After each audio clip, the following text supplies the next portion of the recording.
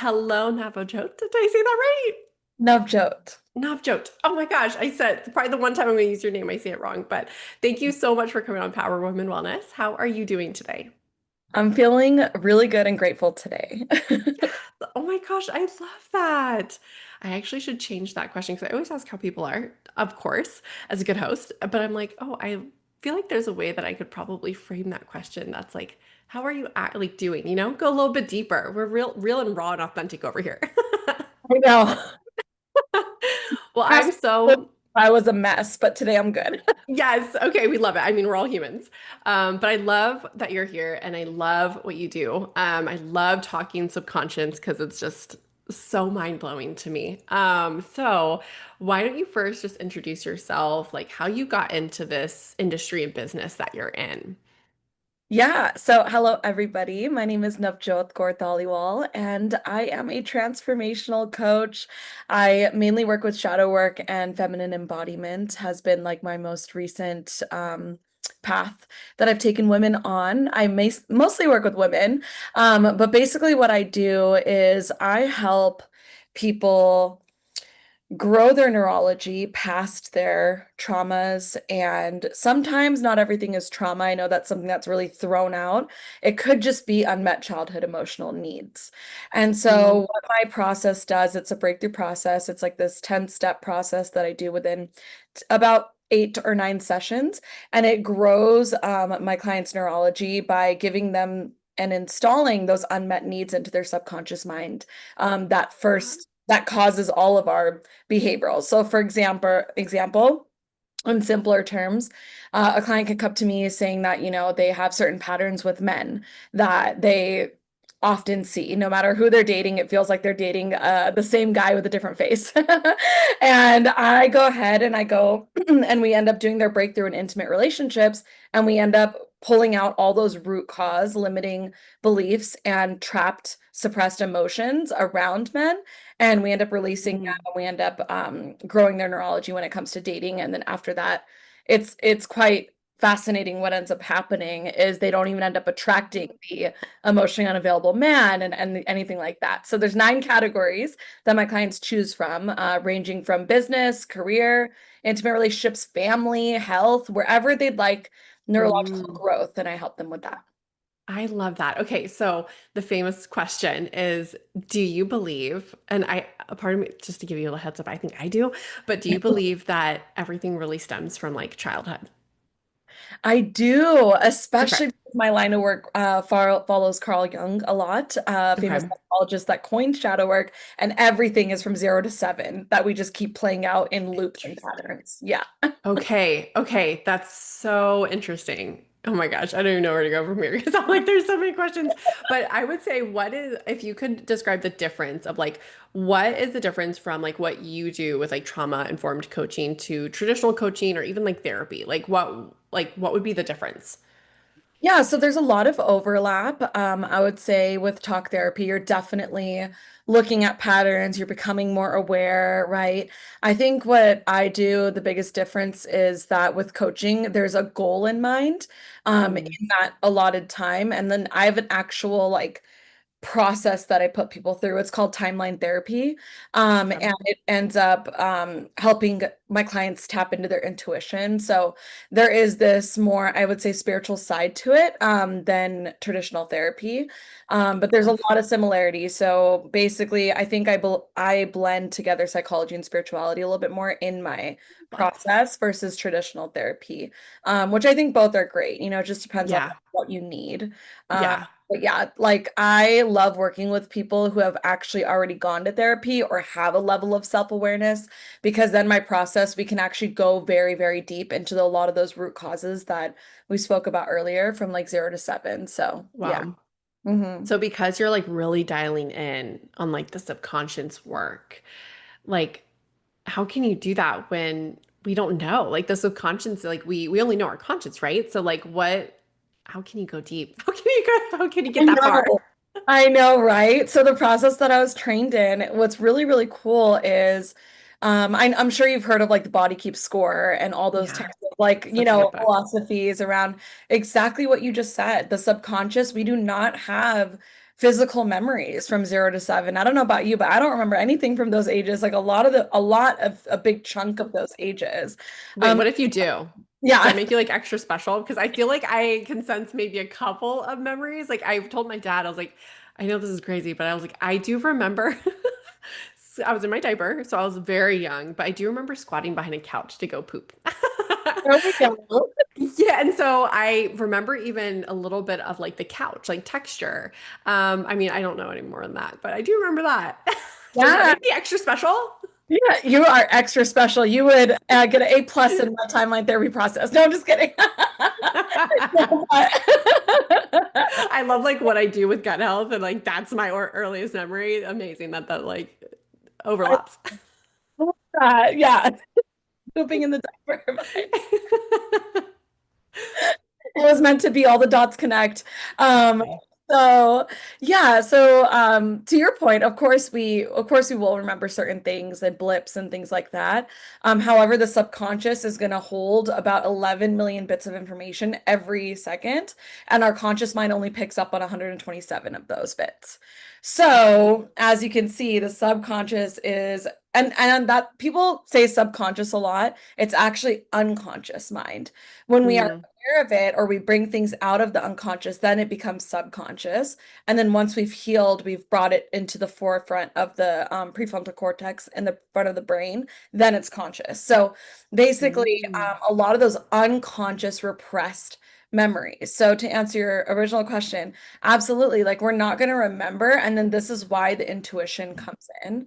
And I have a series of questions that I use that's called the root cause coaching method. And from there, the client is actually able to not necessarily remember exactly what happened. However, they do remember how it affected them. And Wow. that's all we need. We don't need the physical memory because anything could have happened when we were kids, right? Like could have been made fun of at school, right? That circumstance is still neutral. It's what were the unmet needs after that happened, right? Okay. That's Okay. what I focus more on because those are the things that are still present in our adult reality is the way we behave because those needs weren't met. Does that make sense?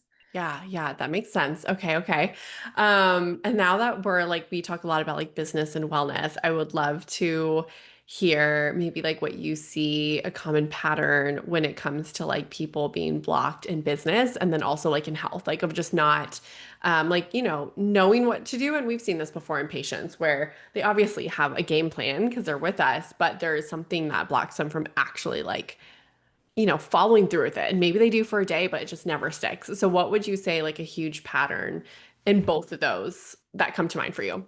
Oh my God, yeah. Health, we can start there. So I did a health breakthrough last year and it was phenomenal because the unconscious mind and the subconscious rules the body, it preserves the body. So it's actually like so important to see like that connection. And this one client of mine, she used to have like IBS. Speaking of gut health, that was just one of many symptoms that she used to have that were psychosomatic actually. So a lot of it was due to childhood trauma. However, that's how the body responded, right? So when we Yeah. did her breakthrough, there were really deep repressed layers of, I think, shame. When we got to shame, because we do each emotion separately, Okay. that was really big. And then if you think about shame, we also put in the limiting beliefs along with that. So it's a lot of unworthiness that ends up being a block. So they could have all the tools, same thing with fitness, right? They could have all the tools, protocol, the diet, the herbs that you should be taking. However, if there's like this deep-seated unworthiness, any that hasn't been like healed from the root, I notice a lot of clients won't like stick to whatever it is, Mm, being given. And then with business, imposter syndrome beautiful. is the biggest one. Yes. And I want that to be something that people, you would probably agree, that don't struggle with it for so long. And I always feel like no matter what level in business, it is kind of always nagging in there because you're always reaching a next level that it's unknown. Like you've never been there before. And so even though you have this history of like, building a business, just starting it, and then let's say you grow to six figures, and then, but it's always like this next level. And so there's always like, it seems like a hint of I don't know what I'm doing, which we don't know what we're doing. To be completely honest with everyone, no one knows what they're doing because we're all trying to hit the next level we've never been. So we're all winging it just to make everyone feel normal and comfortable. But imposter syndrome is huge. It's huge in entrepreneurship. Oh, huge. I just had a call yesterday because I also business coach. So I'll do like a breakthrough with my clients in business, and then that's like that subconscious clearing, and then I'll start coaching them in business. And as they integrate, it's so interesting because it's exactly what you just said, was what I had said to her yesterday. I said that imposter syndrome doesn't necessarily go away. You just build a better relationship with it. And I think Yes. that's what shadow work really is. It's like, how can I build a better relationship with this? And one of my first business mentors gave me the I would say like a quote that I would always work with, and it was do it scared. Do it scared, do it scared, do Mm, it scared. So it was like putting myself out there on social media, do it scared, right? And then now I look at how much my content has evolved because I was willing to do it scared, right? And so that was really big. So instead of getting rid of the fear, we could wait eons, right, to start our yeah. business. But Yeah. it's like actually being able to just do it with all the emotions that come up. Well, I love that you even just like kind of reframed on imposter syndrome anyways, is how can we just make a better relationship with it? Because I think that, of course, yes, we want it to go away, but I just think that's always human nature, right? We want to be comfy. We want to stay with what we know is safe. That's very natural for us. And so it's, we're pushing the limits to that way. And so, yeah, we can't escape it, but we can reframe of like what that is to us. And I know I'm the same way. I'm just like, I don't know, maybe it's like my personality. I'm like an Enneagram 8. Like I love all that like type of stuff. I don't know if you do those as well, but that's me. So to me, I feel like it's a little bit easy just to be like, yeah, just do it. Like what's the worst that can happen? And I'm not a big people pleaser. So I'm like, I honestly don't care if I piss people off. I mean, I care because I care about people, but like at the end of the day, I just can't control people. So it's just people are going to be how they are. And so I feel like with that mindset, it is a little bit easier for me to be like, just do it. But I know that is it's so much easier said than done for a lot of women. So like, do you have in your journey of kind of just doing it, anything that like really helped you literally just do it? Yeah, no, for sure. Well, one thing was definitely hiring a business coach or business mentor because I feel like once you have something physical like money that you're investing in mindset, or even if it's tools, or even if they're giving you strategy, I feel like sometimes just even saying yes to yourself like that helps you move like more than you would if you didn't. But at the Yeah. end of the day, I think mindset wise, be friends with your imposter syndrome. Remember that it's a part of your brain that's just trying to keep you safe and trying to keep you Yeah. familiar.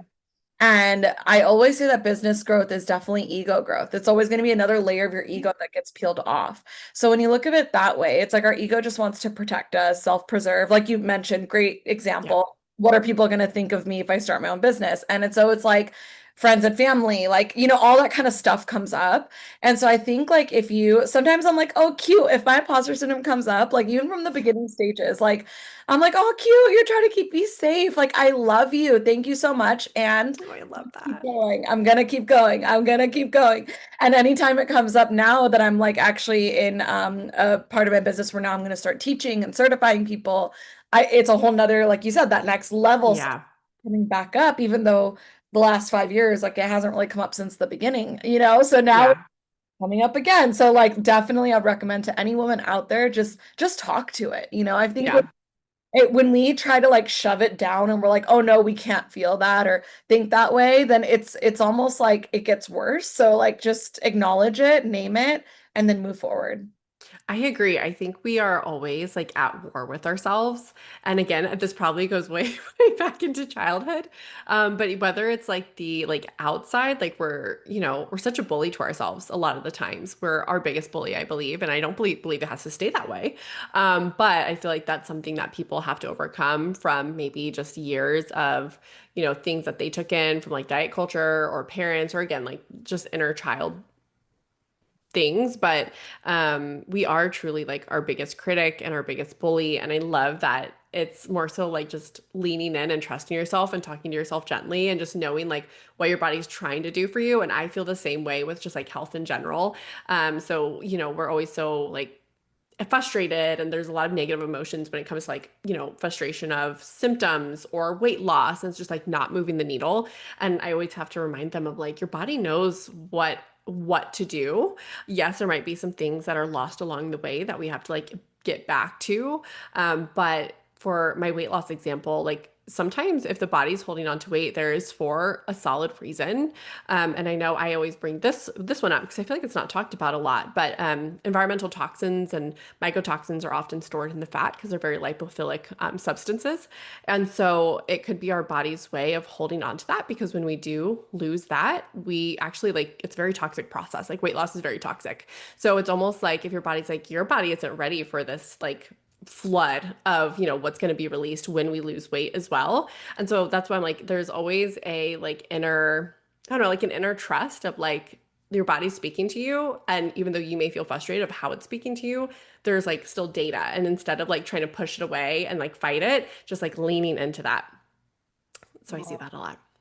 I actually love that so much because it's very connected to a little bit about what I do because with what I do because I went through like a heartbreak 2 years ago and my body Oh, gained this weight and I mean it ended up being like the biggest portal to like me healing a lot of I love things, that. really changing my life. So but of course when you're going through it, like my body did start to like hold all this weight and this inflammation. And I actually learned from my own subconscious healer, my friend actually now, but she's one of my mentors, that that was actually a thing my body was doing, like to actually not make me like attractive so I could go inward more. Isn't that Oh interesting? my gosh, wow. Yeah. Yeah. And then we cleared up stuff. And like literally, once I started feeling confident again, I could go to the gym and I was actually losing the weight versus like stressing my body out, which is what I Yep. was for. So, yeah, Oh my totally love gosh. what you said about trusting the body. And it's wild that we're not taught this from a young age. I know, I know. Wow, that's incredible. I know that's why I love the book, The Body Keeps the Score.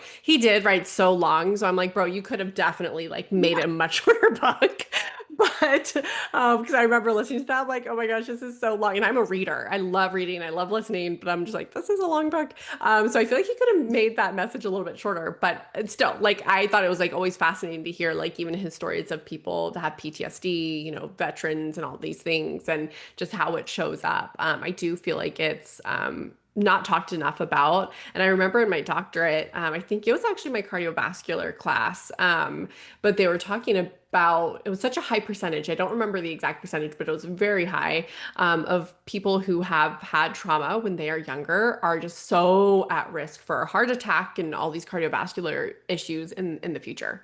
And so that's why even in my most stubborn patients, I tend to see that pattern. The ones that just can't, even if they do follow the rules and they are actually doing everything right, there's something stuck. And I almost can always see that pattern of like they have a really big childhood trauma and they may say like I did therapy, like I've worked through it, but then I always question like, but did you? Or did you do the right modality of it, right? Because there's different modalities among that as like what you do and EMDR and talk there, like there's so many things, right? Yes. Oh yeah, EMDR is really similar to what I do. So it's like that Yeah, neurological growth. It grows the neurological container past the trauma, and then exactly the I body love can be that. in a better state to heal and take in everything that that your practitioner is giving you on a health standpoint. So that's incredible. I Yeah. love that. And I know you have a little bit of a journey and you mentioned like adrenal fatigue and stuff. So I'd love for you to share like what that looks like for you. I know a lot of women can get to that point. That's usually like past the point of like chronic stress. They usually have had chronic stress for so long and then their HPA, so their brain and their adrenals start to like kind of disconnect. It kind of gets the communication gets fuzzy. So I would love to hear like, yeah, your journey through that of what happened. Totally. And I've been connecting with a lot of my friends who are female business owners that have gone through that over the last year. And I was like, okay, I'm not alone. I'm like, you No. got sometimes where you're putting your business above your health. And it's because like obviously like, yeah, we don't have the traditional 9 to 5. So like I feel like what happened with me was like that whole idea of like being able to like unplug from your work, right? And I feel like I wasn't Yeah. able to do that because when you're working as a for a job like in an employee, like you can just clock out and you're done, right? Like I'm a even little jealous, to yeah, be honest. sometimes I'm like, oh God, I gotta figure this out on my own, right? Like my schedule and just blocking out my time properly. And so all of the I'm also a yoga teacher. So like I feel like yoga, like when I was doing it regularly, especially the first couple of years of my business, like it was such a great way for me to come back to myself no matter what challenges come up in my business. Because obviously, every entrepreneur journey, there's going to be challenges, whether it's mindset, whether it's a client, whether it's, the business itself, just running a business and holding that energy of a business. So I noticed that when I started falling off my practices and then having gone through that breakup 2 years ago, I noticed that like I could not hold as much stress as I used to be able to, right? Because obviously I was like Mhm. dealing with so much emotionally, but I was still trying to push myself to the things that I used to be able to hold, like that capacity. And I feel like that was the biggest thing.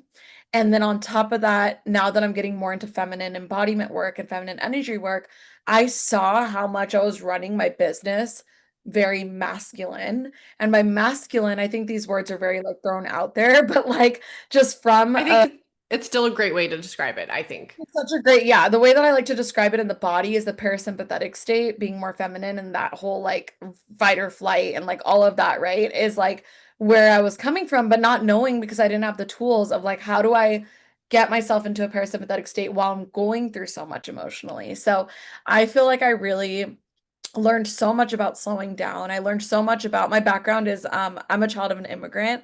So I was always taught work comes first. You know what I mean? Yes. Like get your money first, work comes first, like take care of others first. And I feel like this past like year or so, having reached such a big adrenal fatigue for the first time in my life, like being able to admit that I can't hold as much stress as I used to, reeling it all back in, coming back into my body and into my feminine energy, feeling more receptive, not so much of like a giver, but like allowing myself to receive, change the game for me and like slowing down with even how I'm running my Yes. business. And what's wild is I ended up actually making more money than I have in the last 6 years because I slowed down and my whole subconscious or however you want to call it is like, girl, we never did this. It was always hustle, hustle, hustle, right? Yes, I think it's so funny that that happens to me where I can be like just having a normal work week and it just could be, it could feel slow. And then all of a sudden I go out of town or I'm like, whether it's something work, still work related, like a conference has happened lots of times at a conference or just like, yeah, my family in town, so I'm taking time off. And then here they come and I'm like, where were you guys all week? Now you're coming when I'm not working. So what is that? Is that a thing? Because I feel that. It is. It's a part of manifestation because we have to give room for the blessings to come in, right? But like a lot of the times, if we think we have to just keep taking the action, action, action, we're not leaving the room for like that boomerang effect, right? Yeah. Yes. Yes. And I know though how hard it is. I feel like a lot of entrepreneurs, we struggle slowing down. I feel like again, I feel like I'm better at it than a lot of people because I have health such a priority to me. So I think I said this in another episode, but whenever I feel like I'm trying to push through it and not give my body rest, and I know that's not going to get me to my healthy vision that I have for myself until I'm like 100. Yeah. I always question like, okay, but if I got diagnosed with something, I'd be forced to slow down. And so do I want to be healthy and just like electively slow down or do I want to be forced to slow down because now it's like life or death for me. And so that always just like even just that mindset I'm like, yeah, I'm just going to electively slow down. And so I feel like I have certain things I will tell myself or ask myself and that just kind of gets me back into the like, no, this is important, like rest is productive. But so many women don't have that. So what would be your suggestions in overcoming that? And I know definitely it's a little bit deeper for a lot of women, right? It's like the maybe the unworthiness or there's something that's deep within them that feels like they can't rest or they'll fall behind. So definitely address the hyper-independence, the survival mode. We have to grow our neurology there. And Mm. I love what you just said, rest. Rest, rest, rest. We were not taught, I think, as a society, and this is something I learned recently too, that there are so many different forms of rest. Like you just said, you spent time with your family, you took your eyes off your business, you went and like filled up your cup there, right? Sometimes like I check in with my body now throughout the day, like in between meetings, or if I'm doing back end stuff for my business, I'm like, what would be a form of rest that would feel good for my body right now? Sometimes I'll just like put on Mm. music and dance. Sometimes I'll go for a walk, right? So rest isn't always taking a nap, right? Sometimes rest Yes. is moving the energy, but in a way that feels good for you. Like the other day, I went to the gym and I did not have the capacity to like lift weights. I'm also in the part of my cycle where I'm in my luteal. Yeah. Yeah, I'm in my luteal phase. So what I did was I went for a swim, and I can't even tell you how much afterwards my body felt so good after being in the water, and it felt as if I had taken like a 3 hour nap. So Yes. definitely recommend to anyone like listen to your body because your body knows. And at first, talking to your body, it sounds like weird or woo-woo or something like that, but it is such an ancient form. I used to work with like a lot of indigenous people. It's such an ancient form of like science almost, right? Just like Yeah. you put your hands on your body and you ask it, what form of rest do you want right now, right? And being able to check in with yourself is so important, whether you work in corporate or whether you do have a business. Yeah, yeah, 100%. I know I feel the same when I'm luteal. Sometimes I do feel like a burst of like, oh, I can do this and I can lift heavy. And sometimes I'm like, no, I want to do like really lightweight, maybe a little bit more reps, but like I do not want to push myself today. And I just like lean into that. And I feel like that's where people definitely need to get to because I do feel like along the way, and I think it's probably the world influence, we have lost like our intuition. And you can definitely ask my husband. I have said this so many times. He calls me like a little witchy woo, just because like I'm so intuitive and like I just know things and I can't explain it. There's nothing that's said to me, nothing. It's just I know. And so even like with hiring, I know if you're going to be the person I need to hire within like a minute of meeting you, not even 30 seconds of meeting you. And that's just how I go. So even all my business decisions, I just do it based on like a gut feeling. But I feel like we've lost that a lot. So a lot of women, when I explain that, and it sucks because I don't know how to teach on that. I'm like, I don't know, just listen to yourself. I don't know. Um, we're lost that. Like, do you see that too in your care? Oh, absolutely. I think a lot of the women that come to me have been hyper masculine, very logical, most of their energy Mm, here in their body, right? I also do energy work, so I mix together my process on the psychology side along with the my energy healing tools. And so a lot of their energy sits here and it's like overworking their logical brain. And then what's really awesome is when we do the shadow work and we clear out the neurology, your intuition, like your body, you start accessing it. And that was really wild to me because I used to think before that only certain people are intuitive. However, if you have a human body, like you can tap into that. mm, It's just something that's been so suppressed. That, I like believe that. this process brings it out, right? And I think some of us, yeah, I mean, on a spiritual standpoint, they do say like, however many times your soul has like been here, the more that you can access that kind of wisdom. But either way, I think we all have, Mm. yeah.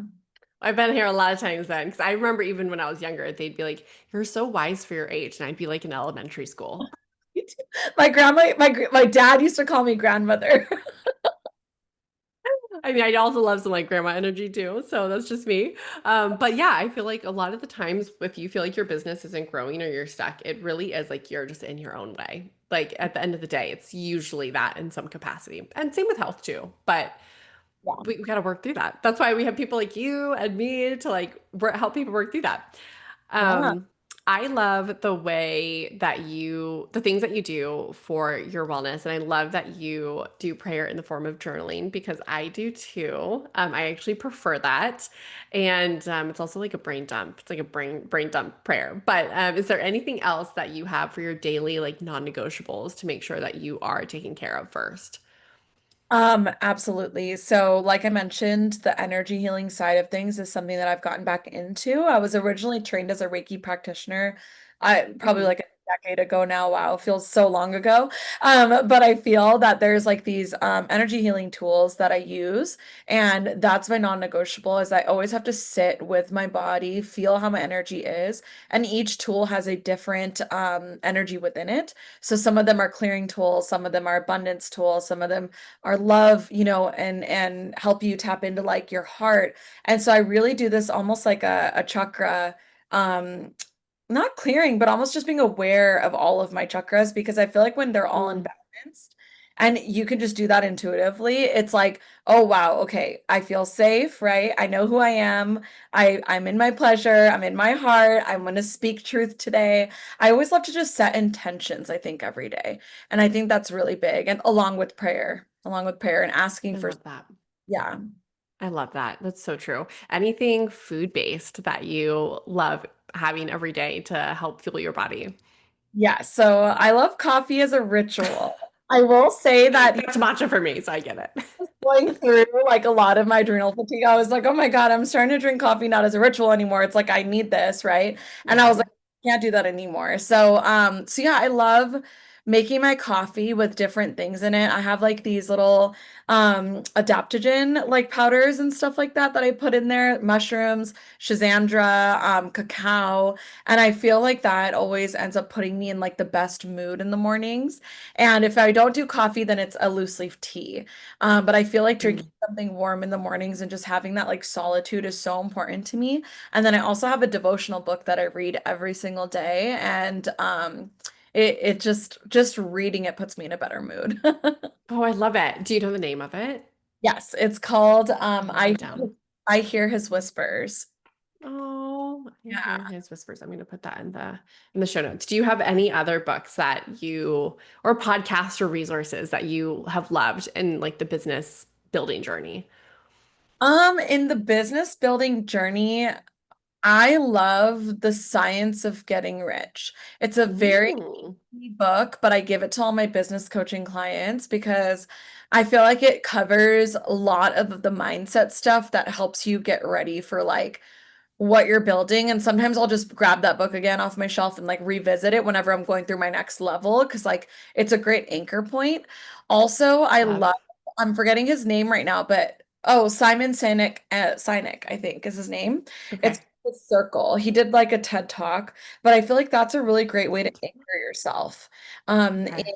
business. And it's called The Circle, Simon Sinek. Okay. And it's like going over your why, which is really important to obviously anchor in whenever you're going through like business stuff, Yeah. your how and your what. And it just really helps you get clear on like what your business does and how your business serves and what its purpose is. And then that way, I feel like I take my personal stuff out of my business. So it almost feels like I'm an employee, Mm, even though I'm the CEO, but like, yeah. what I mean? Like, so then it's like, okay, I am posting this content. I'm taking doing this to meet my new edge because this is what my business, who my business serves, right? And what it does. So I Yeah. find that book really helps me as well. And then just a form of movement every day. You know, some days I need rest, but I'll like make sure like I'm getting my walks in and things like that.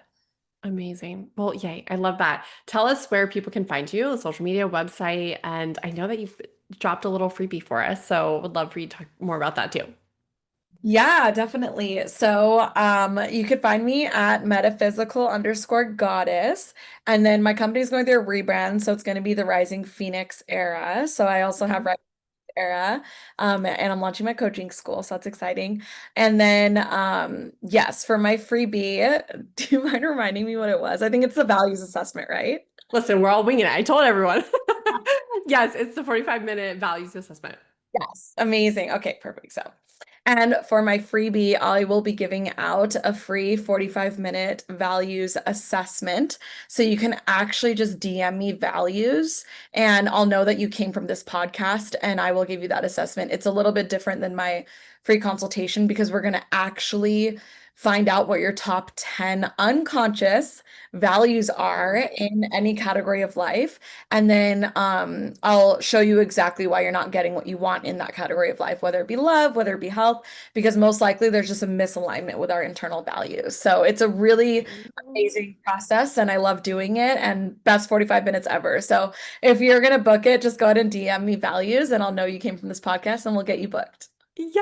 Oh my gosh. Well, thank you so much for sharing your knowledge and being in the space that you are because it's needed. We need people to help us get out of our own way. And I just so much appreciate you for being here. Thank you so much. I loved it too.